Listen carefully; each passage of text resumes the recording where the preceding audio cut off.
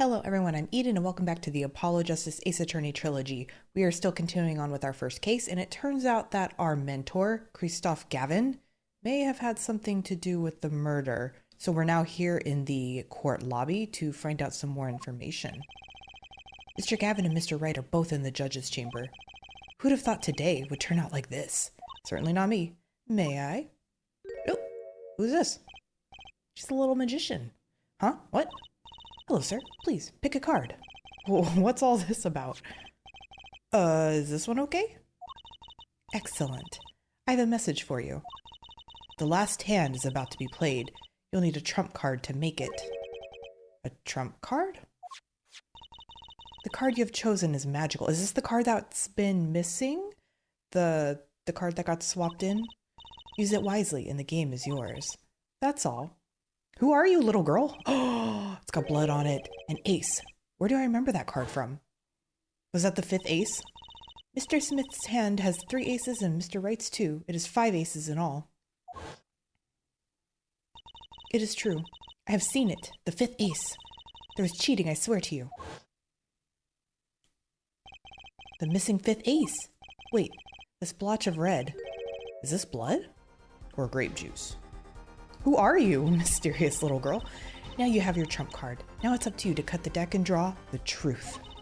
My father's fate. Oh, is this Phoenix's daughter? My father's fate is in your hands. I know you can do it. I just want to know who her mom is.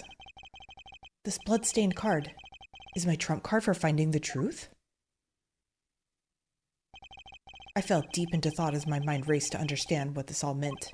That girl, I'd seen her recently. But where? That's when I made the connection. Yeah, we saw what she looked like in the locket. Aww. Yeah, she's got a little magician's outfit. Bloody ace added to the court record. Perfect. All right, back in the courtroom. Let's take a look at it.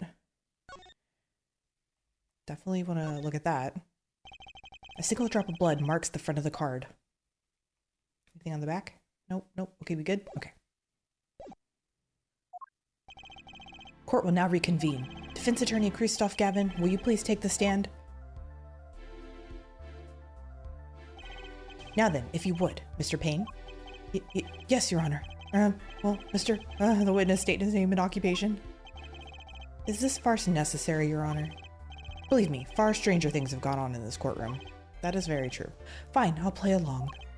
First, there's one thing we need to have made clear. How did you know about the secret beneath the victim's hat? By secret, I'm guessing he means the fact that Mr. Smith was bald. Forgive my curiosity, but what is this about this fellow's head?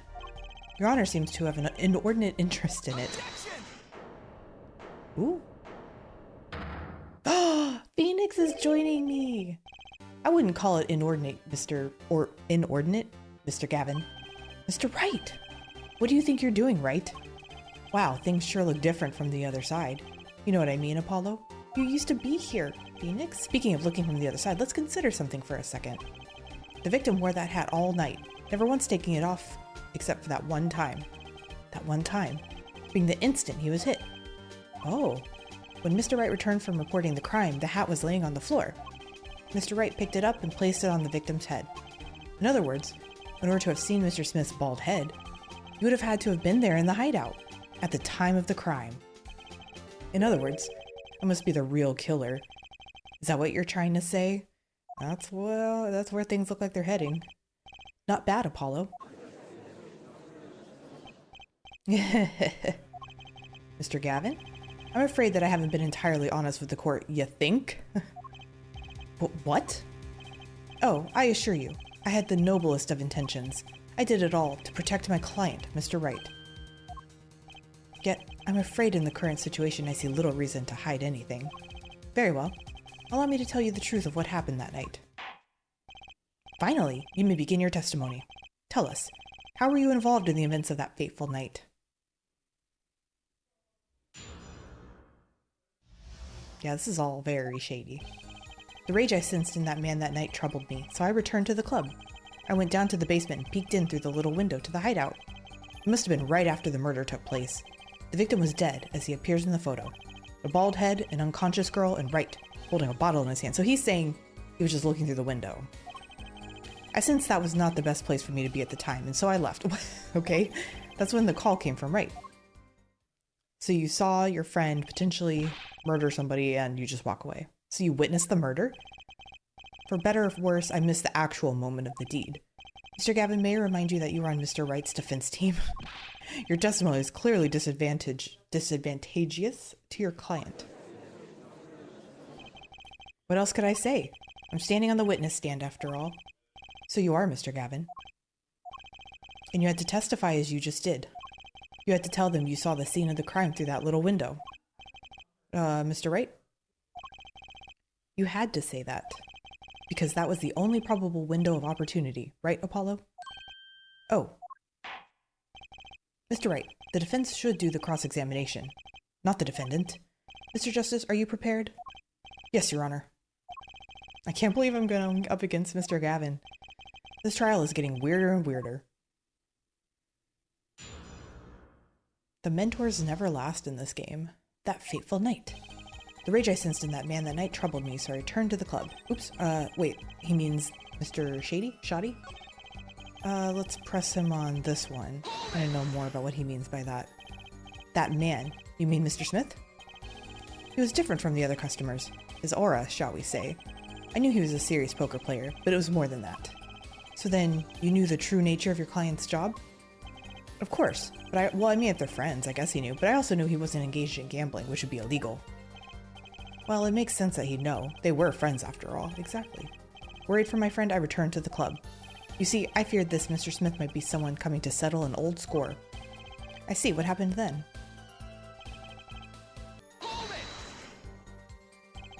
The little window. You mean the one used to keep watch up the stairs? Yes, a relic of the ancient past. The black marketeers used it, I believe. Why did you go through the trouble of peeking in through the window? Wouldn't it have been easier to just open the door and go into the room? I didn't want to upset Wright, you see. Upset Mr. Wright? Yes, what if my fears had been unfounded? I'd be walking in on their match. Bad form, to say the least. So far, everything he's saying makes sense. Yeah, but I'm getting vibes. It must have been right after the murder took place. How do you know it was right after the murder? Really, no need to shout, Justice. Ugh. I was just getting to that part of my testimony. Ah, there he is. The coolest defense in the West we know and love. Even when you're standing up there on the witness stand, some things never change. I was afraid you'd change too, right? But you haven't. You and that overbearing person. Oh, are they turning on each other? With friends like these, who needs enemies, yeah? The victim was dead as he had... I keep clicking.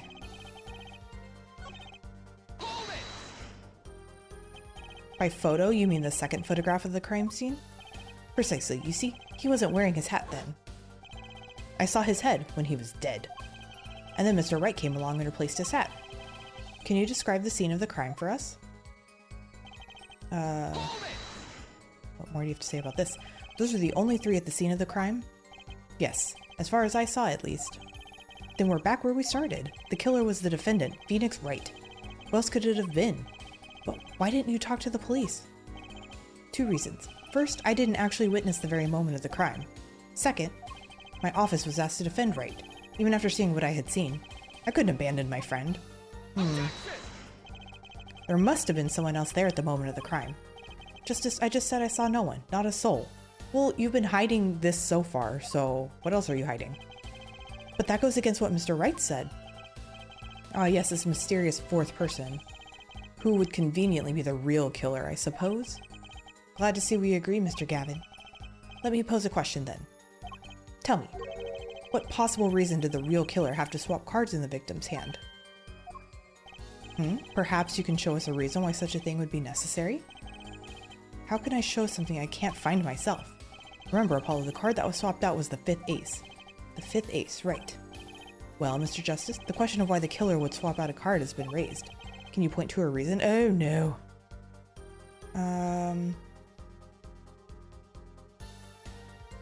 Maybe I need to show the card? Evidence showing the reason why a card was swapped out. Then go ahead and point out your reason, Mr. Justice.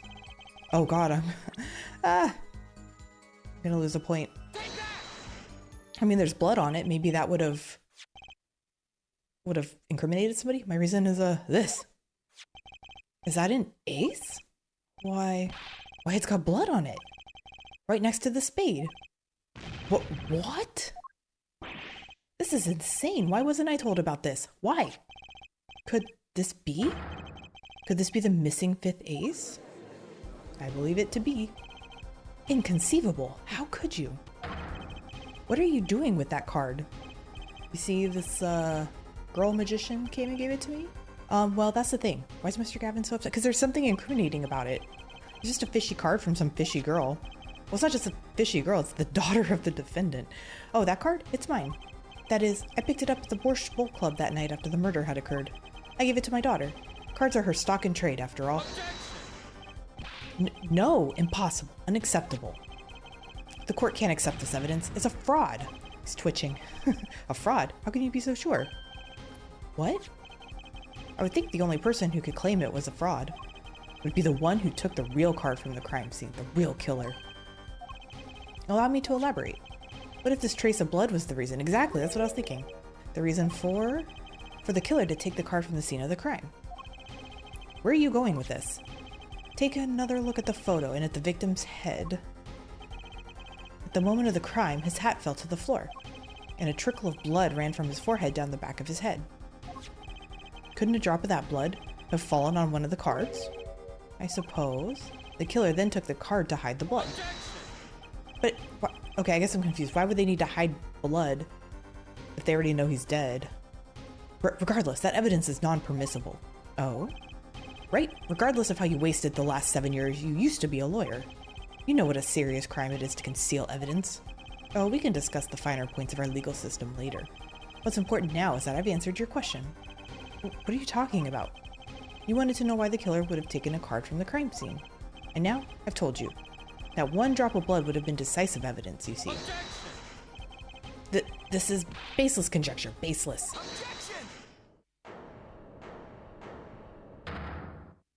Phoenix is back, baby. Oh, I assure you, it's quite based. What? It's amazing, really, how a single drop of blood on a single card can lead us to the truth. It's quite simple. Well, Apollo? Yes? Try picturing the scene of the crime. Okay. Getting a 3D model here. The murder took place in the hideout. The body of the luckless victim was found at the poker table. And before the killer swapped a card out, there was a single card with a drop of blood on it in the victim's hand. Given this, there is one decisive problem with this scene. Well, what is it? Let's keep it simple, shall we? Given that there was a drop of blood on a card, whose position in this diagram doesn't fit? Uh-oh. The victims? The killers? The witnesses? The second witnesses? Whose position doesn't fit with the bloody card? I'm so confused. Would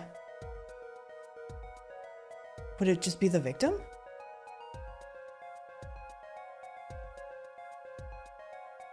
I'm actually not sure where this is going.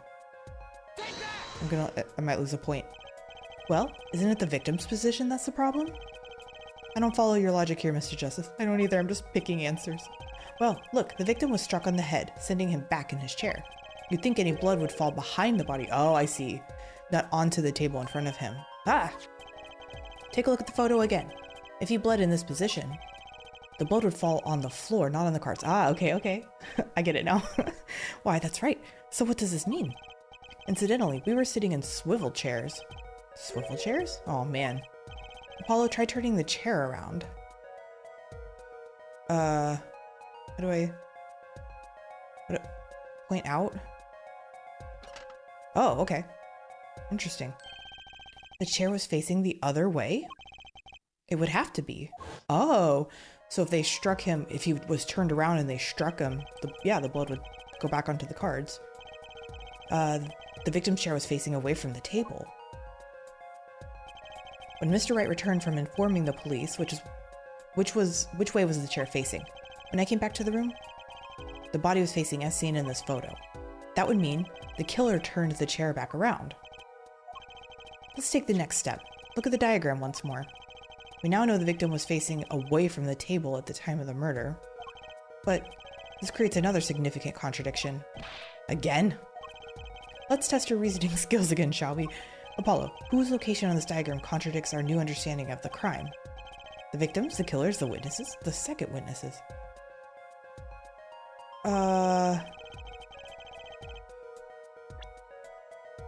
Wouldn't that be... Didn't he testify that he was facing Phoenix? Can you get... There we go. Maybe? What doesn't make sense is the second witness. You mean to say I don't make sense? Oh, no, of course you do. Oh, did I get it wrong? Oops. Oh no, I lost another point. Okay. Would you be kind of... Okay. Maybe it means... that means that then the killer wouldn't be here if he was struck from the other side. Maybe that's what the direction they're meaning to go. The victim was struck from the front, correct? Indeed.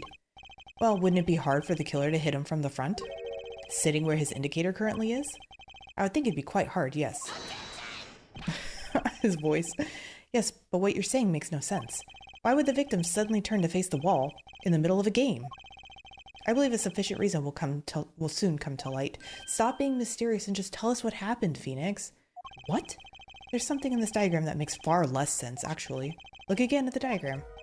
Apollo, if the victim was struck while he was sitting as shown here, where would his assailant be standing? There's no room to put a mark where the killer should be.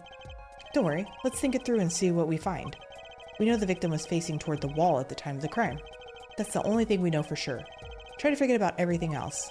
Where would the killer have to be standing to strike our victim from the front? I mean, in front of him? The killer had to be standing, well, here. Oh, am I wrong again? No, what the heck? I thought I was on to something. What? I hardly need to point out that standing there would be impossible. Well, the victim is facing a solid cupboard. Or are you claiming the killer climbed the cupboard and hit him from above? Well, maybe I am. It's simple logic, really. If this was the only place the killer could have been standing, then that means that, at the very moment of the crime... Wait, I know. At the moment of the crime, the cupboard wasn't there. Oh, I thought they were going to say he was hiding in the cupboard. What's this now? I mean, that's the only explanation. Right, Mr. Gavin? Your Honor, I have a suggestion for the defense. Well, wouldn't he remember if there was a cupboard there before and after? Because he was in the room playing poker. We should arrange to examine the cupboard in the hideout immediately. Bailiff, send a team to the crime scene immediately. Have them try to move the cupboard. Ah, Your Honor? What? There's one more thing your men should look for. Please give this to the bailiff. Hmm? Oh, yes, I see. You do belong in the courtroom after all, Mr. Wright. I do my best. I still want the backstory of what happened that he left. But let's forge ahead here while we wait. Look at the diagram once again. It's been changed. If the killer was standing here at the time of the crime, then this cupboard wasn't here, which means... Apollo, try moving the cupboard. Okay. Oh, that means the window was covered. Thank you. As you can see, the cupboard wasn't the problem. At the time of the murder, it has to have been as shown here. Now everything is in place to reconstruct the moment of the crime. Oh my. What's this? What is it now? Look at the diagram of the crime scene once more. It appears we found yet another contradiction. What I believe to be the final contradiction, in fact. Huh? Oh, dang. Notice something, Apollo? Our line of deduction is rapidly approaching its logical conclusion. I like this more like mature grown-up Phoenix. Like, kind of digging it. Now then, Mr. Justice, please point to the new contradicting indicator. Is it the victim, the killer, the witness, the second witness? Okay, for sure this time it's the second witness now. Because he couldn't have seen anything if the cupboard was in front of the window. About this cupboard. Are we all okay with assuming it was moved? Sure, why not? You were there, Phoenix. Well, if it was, something really doesn't fit. The cupboard would completely cover up the window to the stairs. Oh, that's right. Someone standing outside wouldn't be able to see in. Someone, like a Mr. Gavin. What did you say? Oh, is the coolest defense in the West losing? What? Oh, I thought they were friends. Yeah, this is not friendly at all. Don't expect me to play along with your little game, right? It's only a game until someone gets killed, Mr. Gavin. And someone was... Wow, that window to the room was blocked by a cupboard. So, Mr. Gavin, perhaps you'd like to explain to the court? Exactly where did you witness the crime scene from? Excuse me, Your Honor. Order. This is a court of law and I will have order. We just now received word from our investigative team at the Borscht Bowl Club. They've examined the cupboard in the hideout, Your Honor. Oh? And what did they find? Well, Your Honor, it turns out there is a secret passage behind it. What? Ooh. Gavin up to no good. Ah, yes, I believe I mentioned something of the sort before. This is one of the tricks to the room many of our regulars know about. I do remember him saying something about that, now that he mentions it. A secret passage is a handy thing to have when you're engaged in illegal goings-on. Never know what you might need to duck away from in the eyes of the law. So the room has a secret passage. Where does it go? The other side connects to the restaurant above. The underworld bosses could get away from the cops and enjoy a cold bowl of borscht, no doubt. Just like our killer. Mr. Gavin?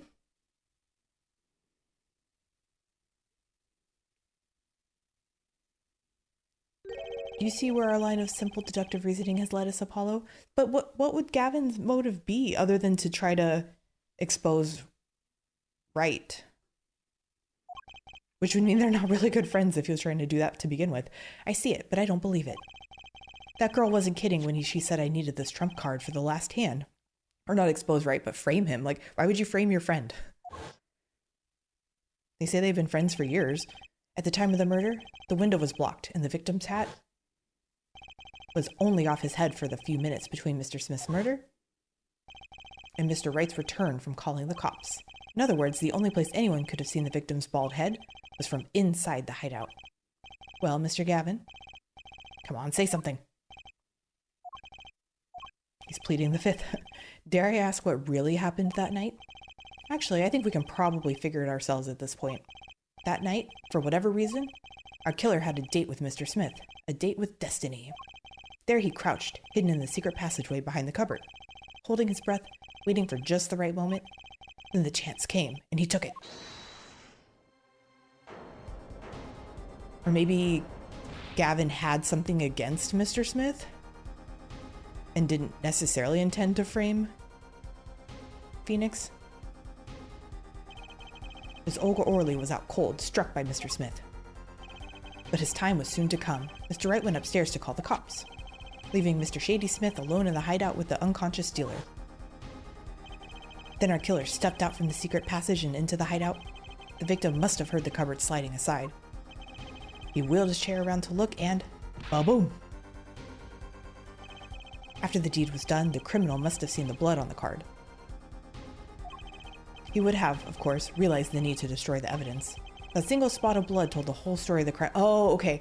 So that's why the blood was incriminating, because of the direction that the blood came from. Got it. Too bad for him he didn't linger any longer in the hideout that night. If he had, he might have noticed the cards on the floor, and the fact that they were all red. Ooh. Oopsies.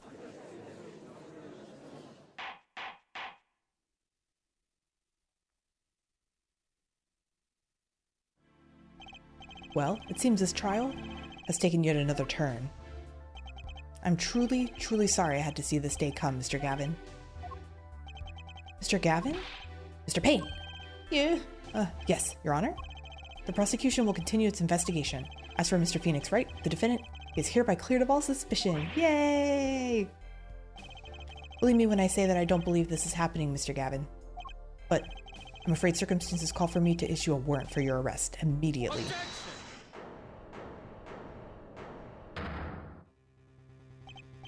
Oh, no need to apologize. I rather enjoyed myself. I feel like it's not going to be that easy. It's not every day you get to witness a legendary attorney's dirty tactics firsthand. Your point, Mr. Gavin, again, they don't seem very friendly. Frankly, Your Honor, I'm shocked. that a person of your caliber would be taken in by such a low-grade parlor trick. Excuse me? The defendant is cleared of all suspicion. This is hardly the time for jokes, Your Honor. Mr. Wright hasn't proven anyone's guilt or innocence here. What he has done is use illegal evidence to put the blame on someone else. And not just anyone else, but me, his own defense attorney. Illegal evidence? Let me ask you, Mr. Gavin, is there still any reason, at present, to suspect me of wrongdoing? Of course. This bottle, for instance. The bottle of grape juice Mr. Wright was drinking. How do you intend to explain away the fingerprints on the murder weapon? And not just any fingerprints. Am I right, Mr. Payne? Actually, yes. The fingerprints on the bottle were upside down. I seem to recall this being an issue earlier. The court, in this case, demand an explanation. I can think of only one reason why one would hold a bottle upside down, and that is to hit someone with the bottom of the bottle. That is true. See how the caught fish squirms to the last... Well, Apollo? Yes? Your boss seems awfully concerned about this bottle still, but I'm sure you can come up with a suitable explanation. Why don't you just tell me? You were the one holding it, Phoenix. You tell me why you were holding it upside down. Why?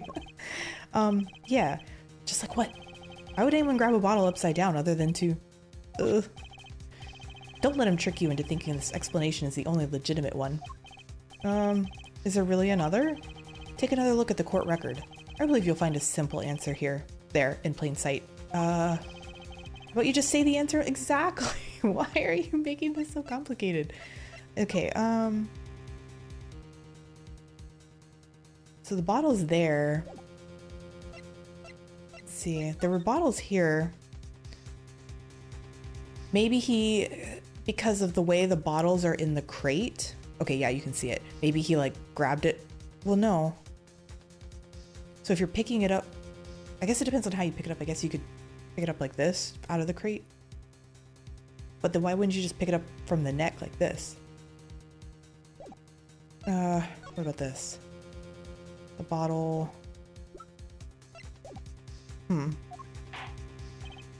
It would be hasty to deliver a verdict with unanswered questions, indeed.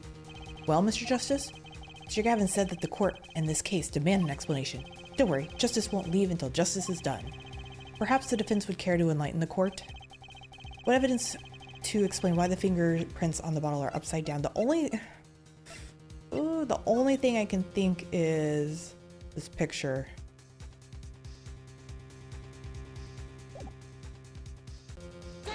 Maybe?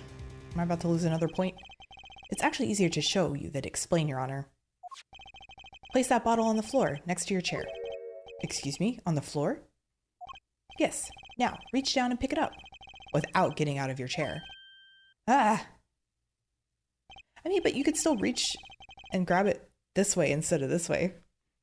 See, you naturally go to pick up the bottle by its neck. With your fingers upside down. Okay, well, I mean, that is an explanation. Look at this photograph taken on the night of the murder. The defendant, Mr. Wright, sat here, playing piano, bottles of grape juice on the floor to the side of the piano bench. He would have naturally picked up the bottles upside down several times. Wow, I can't believe it was that simple. What call our dinner that evening, Kristoph? I was drinking my usual juice then, too. Basically, you used the bottle on the table to do the deed. But then you must have remembered, so you went and picked up one of the bottles from under the piano. So he purposely went and got a bottle that would have Phoenix's, so he was trying to frame him. Yeah, I mean, with friends like that, who needs enemies? And you switched the bottles.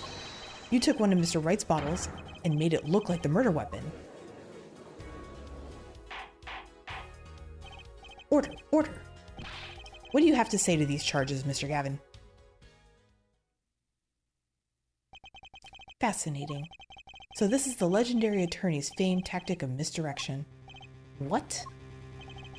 You claim that I switched the bottle? Where's your proof? And I guess, when would he have done it? Because Wright was upstairs making the phone call, so if he'd gone up to switch the bottle, wouldn't Wright have seen him? Proof? Well, that's, as I thought, more baseless conjecture. I'm afraid your bottle of proof is quite empty. I wouldn't be so sure about that. Your Honor, when you initiated the investigation of the hideout earlier, do you recall I requested an additional investigation? Oh yeah, what was written on that paper? Oh yes, I have your memo about that here. Retrieve the bottles from under the piano at the Borscht Bowl Club. And here's one of the bottles in question. What are you going to dust that for What are you going to do? What? Are you going to dust that for fingerprints too? I'd be surprised if any were on that but his. Mr. Gavin probably wouldn't make such a novice mistake, true. The bottle won't bear a trace of anything. Say, Apollo. Yes? Why don't you go ahead and examine that bottle? But why? Just humor me. Mr. Wright, that bottle will solve this case once and for all. What? That's some bottle. Oh, there's a card in there. There's a card in there. There's something inside the bottle. Oh, that's the 5 that they put in Phoenix's pocket. Okay.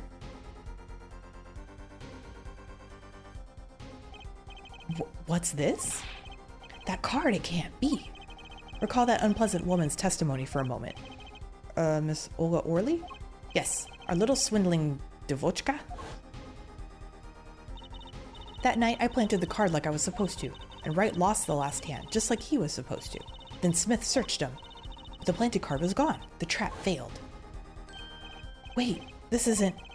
You're telling me that this is the planted card you disposed of? The one you mentioned in this piece of testimony? I happened to put my hand in my pocket and found a card. Yes, I snuck a peek at it and found it was the 5 of hearts. I had a feeling something might happen, so I disposed of the card before the game. Disposed? Where? There's an empty bottle of grape juice I had been drinking right beside me. I see the card inside the bottle.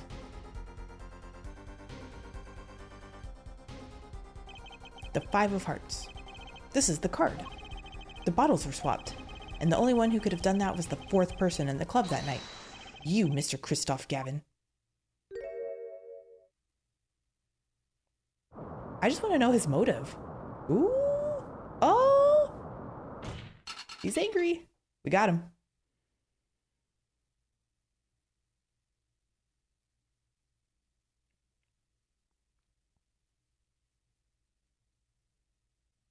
Phoenix looks very smug.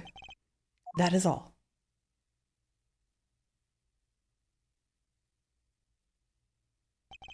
Is this your idea of revenge, Phoenix Wright? Revenge? Revenge for the events that took away your attorney's badge 7 years ago. My past is like my logic, straight and true. Nothing's changed. All I did was point the finger of justice in the proper direction. Fine. I'm glad we could have this little tete-a-tete, right? This is insane. What about me? Don't I get to prosecute anyone? Oh, pain, never change. I believe this time we've finally come to the end of our trial. Mr. Payne, do you have a report for us on Kristoph Gavin? He's admitted everything. We're processing his arrest now. I see. Still, one has to wonder why he would do such... Exactly! He didn't even have a connection to the victim, did he? None that we know of. Mr. Wright, have you anything to add? I'm afraid I can't shed any more light on the matter. About this victim, Mr. Shady Smith. His occupation was listed as traveler. An odd profession to be sure, and that's all we know about him. I'll arrange a follow-up investigation, Your Honor. Good. Mr. Wright? Yes? 7 years, and you still haven't lost your touch. Kristoph Gavin was a man with much significance for me, both as a friend and a lawyer. There's clearly more backstory to their relationship than that. He was extremely talented, to be sure. I needed 2 things before I could confront him. The first was a place where no injustice would be tolerated, this courtroom. The second was a man who would tolerate no injustice. In other words, a defense attorney. You, Apollo. Me? This is a dark time for our legal system, a twisting of justice brought on by our very own initial trial system. We have to set it right. Mr. Wright? Our work lies ahead of us, and I, for one, am looking forward to it. Well, this seems like a good time to announce a verdict. This court finds the defendant, Mr. Phoenix Wright, not guilty. Yay! I always like the applause at the end. Well, hopefully the other cases will kind of give us more backstory, because I feel like we're losing a lot of context here. Court is adjourned, and I don't think I've missed any games. I don't think there was anything in between this and the first trilogy, so. All right, back in the lobby. Thanks, Apollo. You came through, just like I thought you would. I'm pretty sure I didn't do a thing in there. It was you who cornered Mr. Gav, the killer. I couldn't have done it by myself. You sensed it too today, didn't you? Your ability. Ability? Yes, a sensitivity I lack. You'll come to understand it soon enough. Wait, I wonder if he means the perception? I have one question for the witness then. You say you saw the moment the defendant hit the victim. Is that true? Of course it's true. What's this weird vibe I'm getting? I like that technique or that ability. That's new, at least for me. I don't think you had the perception technique in the other ones. What was that, Mr. Wright? You'll have to find the answer to that question yourself. The answer? Right. Today was full of questions without answers, most of them about Mr. Gavin. What possible reason could he have had to commit murder? Perhaps you'll learn that in the days to come. I feel like you know and you're just being mysterious about it. Huh? Wait, you don't know, do you? This locket is the key. Huh? Oh, that reminds me. Oh, what about the locket that Mr. Smith had? That disappeared too, because this is Phoenix's locket. I met the girl whose picture is in your locket. It's your daughter. Oh, she's so cute. Your daughter, right? That's right. She's my daughter. You know, you were right about this locket. Eh? I took this off his neck the night he died. Oh, so that was the locket. Okay. So you lied about that? I'm pretty sure he said it was different. But it looks like our dear Russian scam artist saw me. So the truth is, this locket really did belong to him. Oh, the locket, did he put his own picture in it? Is that what he's saying? Wait, but that's perjury. Yeah, exactly. You testified. You said that locket was yours. I said no such thing, actually. You didn't? I merely said that it was a locket with my daughter's picture inside. Ah, he was sneaky. A subtle distinction, but a distinction nonetheless. That's these lawyers, man. And it's the truth. Wait, but then why? Why was the victim wearing a locket with a picture of your daughter inside it? Sometimes the straightest path to the truth isn't the best one. Give it time. You're still just getting started with your career. Okay, so that makes me think we'll get way more context throughout the next few cases, or however many are in this game. Speaking of which, I may be out of a job. I work for Gavin Law Offices, after all. I still can't believe I just saw Mr. Gavin get led away in handcuffs. Apollo, yes? How about coming to work for me? Eh? You mean at the Wright and Company Law Offices? He's back, baby! I mean, there's not a single attorney in my generation that doesn't know it. I can't imagine that to be true, but... Wait, but didn't you? You're not a... Oh, I turned in my badge, yes. I'm not an attorney anymore. That incident 7 years ago, that legendary trial. And at the middle of it all was one man, Phoenix Wright. The case reached its sad conclusion and he left law for good. Have you ever thought about coming back to the courts? I'm not qualified to stand in a court of law, I'm afraid. I'm wondering if one of the cases will be like the past case. That way we can see what happened. Sometimes they do that. Didn't you notice in today's trial? There was a single piece of forged evidence. What? Forged evidence? What are you talking about? Talking about evidence that shouldn't have existed. A naughty magician's trick. One piece of evidence struck me as odd, it's true. It just seemed, well, too perfect. Is it the card? I'll bet this was the forged evidence. Was this it? You mean this, don't you? I got this from your daughter, Mr. Wright. Yes, that card couldn't have been found at the crime scene. Why? Because the killer took it with him when he left. Oh. Leaving the wrong card in its place, luckily for us. The court can't accept this evidence. It's a fraud. So it really is. It really was a fraud. How can you be so sure? I would think the only person who could claim it was a fraud would be the one who took the real card from the crime scene, the real killer. So yeah, so they planted evidence. Phoenix, you are sneaky. My verdict was already handed down 7 years ago. Then you really? Yes, I forged this card. One look at the crime scene should have told you it wasn't real. But you can't do something like that and call yourself an attorney. Who's calling themselves an attorney, Apollo? So it's true. The rumor is true. 7 years ago. None of that matters much now, does it?